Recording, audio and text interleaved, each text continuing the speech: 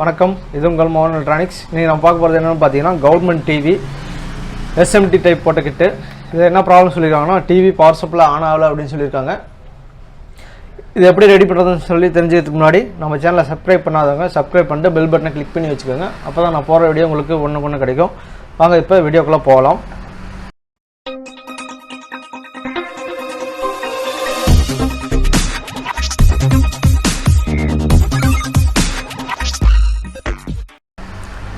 First நம்ம check பண்ண வேண்டியது என்னென்னு பார்த்தீங்கன்னா டிவி ஆன் ஆகலை, ரெட் இண்டிகேட்டரே எரியல அப்படிங்கும்போது நம்ம ஃபியூஸ் நல்லா இருக்குதான்னு முதல்ல செக் பண்ணிக்கலாம். அது ஃபியூஸு நம்ம திருப்பி பார்த்தாவே நல்லா தெரியும். பாருங்கள், ஃபியூஸு நம்மளுக்கு பர்ன் ஆகிடுச்சு. இருந்தாலும் கண்டினியூட்டி வருதான்னு நம்ம செக் பண்ணிக்கலாம் மீட்டரை வச்சு.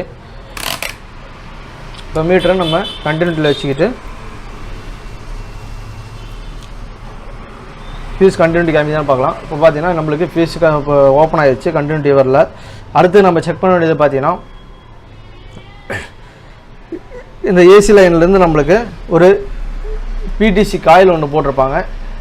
அதுக்கப்புறம் பார்த்தீங்கன்னா நம்மளுக்கு ஒரு 4 டயோடு போட்டிருப்பாங்க பவர் சப்ளை செக்ஷனில். அந்த 4 டயோடில் இருந்தால் நம்மளுக்கு 350 வோல்ட்டு லோட் ஆகும். ஸோ அந்த 4 டயோடு நல்லா இருக்குதான் செக் பண்ணிக்கலாம். அப்புறம் அந்த 3 பின் பிடிசி நல்லா இருக்குதான் செக் பண்ணிக்கலாம். 3 பின் பிடிசி பார்த்தீங்கன்னா இந்த பக்கம் நம்மளுக்கு 400 ஓம்ஸ்க்கு மேலே காமிக்கும், 350 ஓம்ஸ் காமிக்குது. இந்த பக்கம் பார்த்தீங்கன்னா நம்மளுக்கு 20 ஓம்ஸ்க்குள்ளே வரும், இல்லைன்னா ஒரு 30 ஓம்ஸ்க்குள்ளே வரும். ஸோ நம்மளுக்கு இந்த பிடிசி நல்லா தான் இருக்குது.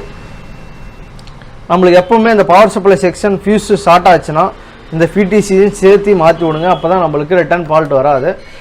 ஸோ நம்ம பிடிசி நல்லா இருந்தாலும் நம்ம ஒன்று புதுசு போடுறது பெட்ரு. இந்த பிடிசி பார்த்தீங்கன்னா இப்போதைக்கு நல்லா தான் இருக்குது. ஸோ அடுத்து நம்ம செக் பண்ணபடி பார்த்தீங்கன்னா இந்த 4 டயோடு பவர் சப்ளை டயோடு 4 போட்டிருப்பாங்க. அந்த 4 நல்லா தான் செக் பண்ணிக்கலாம். இதில் பார்த்தீங்கன்னா நம்மளுக்கு ஒரு டயோடு ஷார்ட் காமிக்குது, இந்த டயோடு ஷார்ட் காமிக்குது. இது பார்த்தீங்கன்னா 350 ஓம்ஸ் காமிக்குது, இது பார்த்தீங்கன்னா 350 ஓம்ஸ் காமிக்குது. ஸோ இப்போ பார்த்தீங்கன்னா நம்மளுக்கு இந்த 2 டயோடும் நல்லா இருக்குது, மீதி 2 டயோடு போயிடுச்சு. ஸோ நம்ம இப்போ போன டயோடு மட்டும் சேஞ்ச் பண்ணலாமா அப்படின்னு கேட்டிங்கன்னா இல்லை, நம்மளுக்கு இந்த 4 டயோடும் செட்டாக சேஞ்ச் பண்ணுங்கள். அப்போ தான் உங்களுக்கு மறுபடியும் ரிட்டர்ன் ஃபால்ட் வராது. அடுத்து நம்ம செக் பண்ண பார்த்தீங்கன்னா இந்த 300 வோல்ட் மெயின் கெப்பாசிட்டியில் ஷார்ட் இதை காமிக்கு தான் பார்க்கலாம். ஏன்னா 300 வோல்ட் மெயின் கெப்பாசிட்டியில் நம்மளுக்கு ஷார்ட் காமிச்சதுன்னா இந்த அவுட்புட்டு போயிடுச்சுன்னு அர்த்தம். வாங்க பார்க்கலாம். அது பாருங்கள், மெயின் கெப்பாசிட்டி ஷார்ட் காமிக்குது. அப்போ நம்மளுக்கு இந்த அவுட்புட்டு ஷார்ட் ஆகிடுச்சுன்னு அர்த்தம். அதையும் செக் பண்ணிக்கலாம். இப்போ நம்ம இந்த அவுட்புட்டையும் சேஞ்ச் பண்ணுற வேண்டியதாக வரும். அடுத்தது பார்த்தீங்கன்னா அந்த அவுட்புட் பக்கத்தில் 38071 டிரான்ஸ்டர் போட்டிருப்பாங்க. அதுவும் நம்மளுக்கு ஷார்ட் காமிக்குது, அதையும் சேஞ்ச் பண்ணி தான் ஆகணும். அடுத்து பார்த்தீங்கன்னா இங்கே 10.5 ஒரு டிரான்ஸ்டர் போட்டிருப்பாங்க. மேக்ஸிமம் இந்த 10.5 போகிறதுக்கு வாய்ப்பு இல்லை. இருந்தாலும் பார்த்தீங்கன்னா நம்ம இந்த அவுட்புட்டு 3807 சேஞ்ச் பண்ணும்போது இந்த 10.5 சேஞ்ச் பண்ணுறது தான் பெட்ரு. அதில் பார்த்தீங்கன்னா அடுத்தது பார்த்தீங்கன்னா நம்மளுக்கு உள்ளார ஒரு 4 ஜீரோ டயோடு கொடுத்துருப்பாங்க. அதெல்லாம் நல்லா இருக்குதுன்னு செக் பண்ணிக்கலாம்.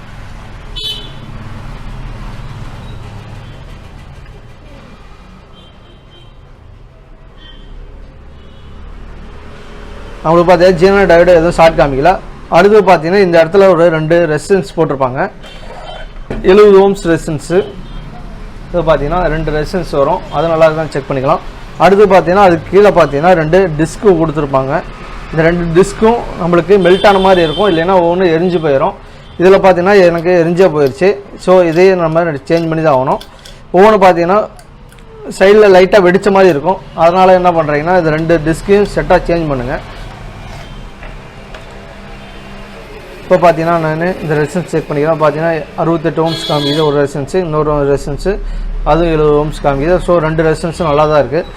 இப்போ நம்ம பவர் சப்ளையில் கம்ப்ளைண்ட்டு அப்படின்னா நம்ம ஒரு ஃபுல் செட்டாக நம்ம சேஞ்ச் பண்ணோம்னா நம்மளுக்கு ரிட்டர்ன் கம்ப்ளைண்ட்டே இருக்காது. என்னென்னு பார்த்தீங்கன்னா இந்த அவுட்புட்டு இது 1802 யூஸ் பண்ணலாம். இதில் 4458 போட்டிருப்பாங்க, அதுக்கு நம்ம 1802 போட்டுக்கலாம். அது கொஞ்சம் ஆம்பியர் நல்லாயிருக்கும், தாங்கும். அடுத்து பார்த்தீங்கன்னா இந்த 3807, அடுத்து பார்த்தீங்கன்னா இந்த 10.5 டிரான்சிஸ்டர், அடுத்து பார்த்தீங்கன்னா இந்த 2 டிஸ்க்கு, இந்த இடத்துல 2 டிஸ்க் வரும், அதையும் சேஞ்ச் பண்ணுங்கள். அது 2 டிஸ்க் வேல்யூ பார்த்தீங்கன்னா 681 2 kV இந்த இடத்துல நம்ம யூஸ் பண்ணிக்கலாம். அதில் 2 வெவ்வேறு நம்பர் போட்டிருப்பாங்க. அதை நம்ம 681 2 kV எந்த இடத்துக்கு வேணாலும் யூஸ் பண்ணிக்கலாம். அதுக்கடுத்து பார்த்தீங்கன்னா இந்த 4 டயோடு, பவர் சப்ளை டயோடு 4. அதுக்கடுத்து பார்த்தீங்கன்னா இந்த PTC 1 2 3 டயோடு 4, இந்த PTC 1 5. இந்த 5 பொருளையும் நம்ம செட்டாக சேஞ்ச் பண்ணும்போது பார்த்தீங்கன்னா நம்மளுக்கு இந்த பவர் சப்ளை செக்ஷன் நம்மளுக்கு ரிட்டர்ன் கம்ப்ளைண்ட்டு வரவே வராது. கொஞ்ச நாளைக்கு நம்மளுக்கு ரிட்டர்ன் ஃபால்ட்டு இல்லாமல் நீட்டாக ஒர்க் ஆகும். நம்மளுக்கு ரெடி பண்ணுறதுக்கு ஈஸியாக இருக்கும். வாங்க இதை இப்போ நம்ம ஒவ்வொன்றா கழட்டி சேஞ்ச் பண்ணி ஆன் பண்ணி பார்க்கலாம். இந்த பவர் சப்ளையில் பார்த்தீங்கன்னா ஜீனர் டயோடு ஏதாவது ஷார்ட் இருக்குதுன்னு பாருங்கள். ஜீனர் டயோடு ஷார்ட் இல்லைன்னு நம்ம சேஞ்ச் பண்ண தேவையில்லை. மேக்ஸிமம் பார்த்தீங்கன்னா இந்த 10-5 டிரான்சிஸ்டர் நம்மளுக்கு ஷார்ட் ஆகும்போது அது பக்கத்தில் இருக்க இந்த ஒரு 4148ன்னு சொல்லி ஜீனர் இருக்கும், அது நம்மளுக்கு கம்ப்ளைண்ட் வரும். ஆனால் இதில் 10-5 டிரான்சிஸ்டர் ஷார்ட் ஆகல, நல்லா தான் இருக்குது. இந்த 4148 ஜீனர் டயோடும் அது நல்லா தான் இருக்குது. ஸோ நம்ம மீதி நான் சொன்ன இந்த ஒரு 5 பொருளை மட்டும் சேஞ்ச் பண்ணி ஆன் பண்ணி பார்க்கலாம். இப்போ பார்த்தீங்கன்னா நான் மாற்ற வேண்டிய பொருளெல்லாம் தனியாக எடுத்து வச்சுருக்கேன். இதெல்லாம் தான் நம்மளுது பவர் சப்ளையில் ஷார்ட் ஆகிருக்கு. ஸோ இதெல்லாம் நம்ம இந்த மதர் போர்டில் இப்போ ஃபிட் பண்ணிவிட்டு ஆன் பண்ணி செக் பண்ணி பார்க்கலாம். இப்போ பார்த்தீங்கன்னா போன ஸ்பேர்ஸ் எல்லாம் கம்ப்ளீட்டாக ஃபிட் பண்ணியாச்சு, சேஞ்ச் பண்ணியாச்சு. 307 10.5 அவுட்புட்டு 1802. அப்புறம் பார்த்தீங்கன்னா டயோடு நம்பர் பார்த்தீங்கன்னா RGP 15 டயோடு யூஸ் பண்ணுங்கள், அதுதான் நம்மளுக்கு கம்ப்ளைண்ட் வராது. RGP 15. அப்புறம் பார்த்தீங்கன்னா 2 டிஸ்க்கு 681 2 kV. ஸோ எல்லாம் கம்ப்ளீட்டாக சேஞ்ச் பண்ணதுக்கப்புறம் நம்ம டைரெக்டாக ஃபீஸ் போட்டு ஆன் பண்ணலாமான்னு கேட்டிங்கன்னா அப்படி ஆன் பண்ணாதீங்க. சப்போஸ் வேறு ஏதாவது இந்த மெயின் கெப்பாசிட்டர் வேறு ஏதாவது வீக்காக இருந்தது அப்படிங்கிற பட்சத்தில் நம்மளுக்கு மறுபடியும் எல்லாம் டோட்டலாகவே மறுபடியும் ஷார்ட் ஆகிறதுக்கு நிறைய வாய்ப்பு இருக்குது. அதுக்கு என்ன பண்ணுறது பார்த்தீங்கன்னா ஒரு பல்பு லோடு கொடுத்துக்கோங்க. ஃபியூஸில் பார்த்தீங்கன்னா நம்மளுக்கு ஒரு பல்பு லோடு கொடுத்து ஆன் பண்ணி செக் பண்ணிக்கோங்க முதல்ல. அப்படி லோடு கொடுக்கும்போது நம்மளுக்கு வேறு ஏதாவது ஷார்ட் இருந்தால் பல்பு ஃபுல் பிரைட்டாக எரிய ஆரம்பிச்சிடும். ஸோ அப்போவே நம்ம தெரிஞ்சுக்கலாம் வேறு ஏதாவது கம்ப்ளைண்ட் இருக்குது அப்படின்னு சொல்லி செக் பண்ணிக்கலாம். நான் பாருங்கள் ஃபியூஸில் டைரெக்டாக ஒரு பல்பு அடிக்கிறேன் ஃபியூஸ் போகிறதுக்கு பதிலாக.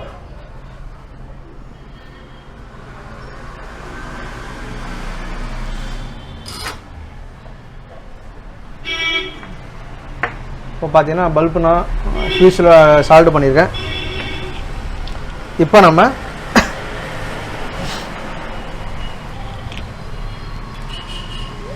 பவர் ஆன் பண்ணி செக் பண்ணலாம்.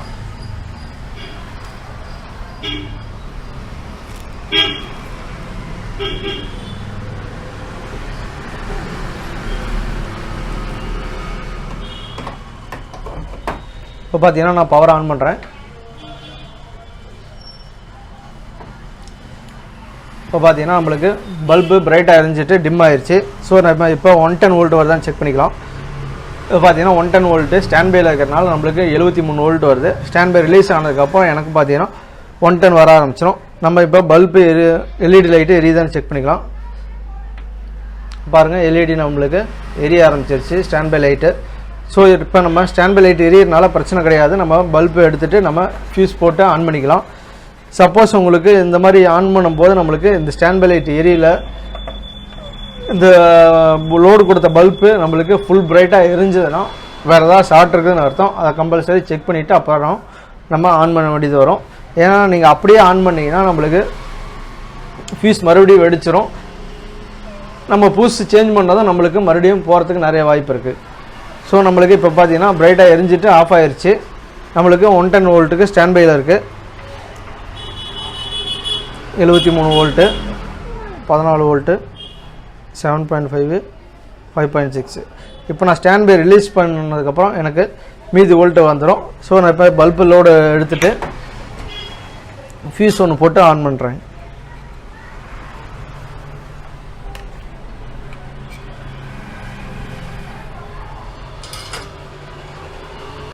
இப்போ நான் ஃபியூஸ் போட்டு ஆன் பண்ணி செக் பண்ணிக்கலாம்.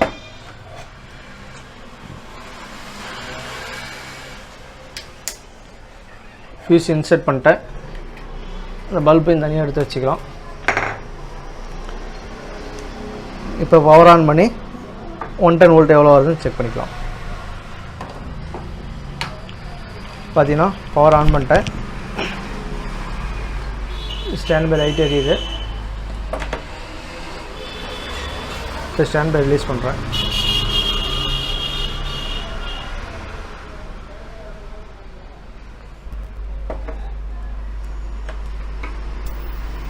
இப்போ பார்த்தீங்கன்னா ஸ்டாண்ட் பை ரிலீஸ் ஆனோன்னா எனக்கு 123 வோல்ட்டுக்கு வருது. ஸ்டாண்ட் பை வோல்ட் வந்துடுச்சு. 26 வோல்ட்டு. அப்புறம் பார்த்தீங்கன்னா 12 வோல்ட்டு. அடுத்து ஆடியோக்கு வர வோல்ட்டு வந்துடுச்சு. அப்புறம் பார்த்தீங்கன்னா 180 வோல்ட்டு, அதுவும் கரெக்டாக வந்துடுச்சு. இப்போ நம்மளுக்கு இந்த 122 வோல்ட் வருது, 110 வோல்ட்டு. இதை நம்ம இந்த ஃப்ரீஸ் ரேட் அட்ஜஸ்ட் பண்ணுறது மூலமா நம்ம 110 வோல்ட்டு கம்மி பண்ணிக்கலாம். 120 வோல்ட் வரக்கூடாது, கம்மி பண்ணிக்கோங்க. இன்னும் பார்த்தீங்கன்னா 115 வோல்ட் பக்கம் வச்சுக்கலாம்.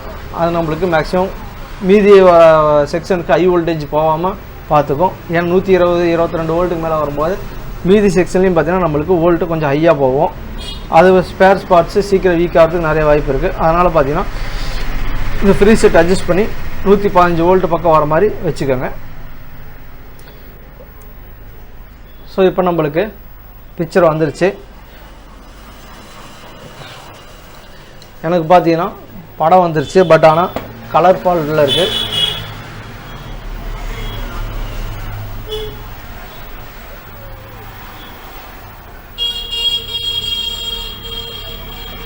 டிவி ஸ்டாண்ட் பை ரிலீஸ் ஆகி படம் வந்துருச்சு, பட் ஆனால் எனக்கு கலர் கம்ப்ளைண்ட் இருக்குது. அதை நான் மறுபடியும் பார்த்தீங்கன்னா இந்த பேஸ் போர்டில் ஃபால்ட் இருக்குது, அதை தனியாக ரெடி பண்ணி போட்டுக்கலாம். ஸோ நம்மளுக்கு இப்போ பவர் சப்ளை ஃபால்ட்டு டெட்டில் இருந்ததை ஈஸியாக ரெடி பண்ணியாச்சு.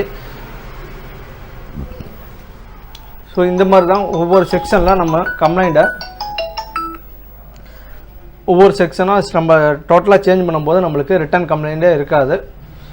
ஸோ இந்த வீடியோ உங்களுக்கு பிடிச்சிருக்குன்னு நினைக்கிறேன். மறக்காம நம்ம சேனலை சப்ஸ்கிரைப் பண்ணிட்டு பெல் பட்டனை கிளிக் பண்ணி வச்சுக்கோங்க. அப்போ தான் நான் போகிற வீடியோ உங்களுக்கு ஒன்று கிடைக்கும். ஸோ இதே மாதிரி இன்னொரு வீடியோவில் சந்திப்போம். நன்றி, வணக்கம்.